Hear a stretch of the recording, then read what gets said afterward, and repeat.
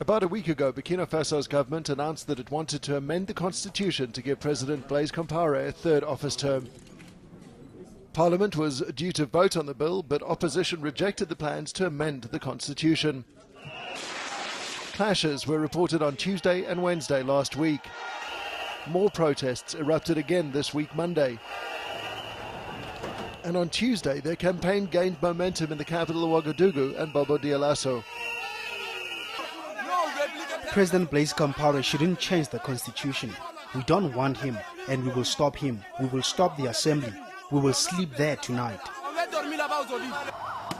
What started out as a peaceful demonstration ended in confrontations between the people and police. Security forces fired tear gas to disperse the crowds, and several people were arrested. On Wednesday, the trade union called for a general strike. Burkinabés responded to the calls for mass action. Parliament was due to vote on the proposed bill on Thursday, but the vote didn't happen as protesters stormed Parliament and set it ablaze.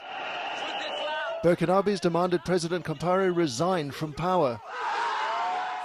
Later on that day, the long-serving leader announced that he was dissolving the government and Parliament and rejected opposition demands that he must step down. On the same day, the armed forces called for transition. Blaise Compaore made a U-turn on Friday by resigning as head of state. Minutes later, Army Chief Honore Traore announced he had taken over power, but this was rejected by protesters. In what appears to be a struggle for power, Burkina Faso's presidential guard, Lieutenant Colonel Isaac Zida, announced on Saturday that he was assuming the presidency until the next elections.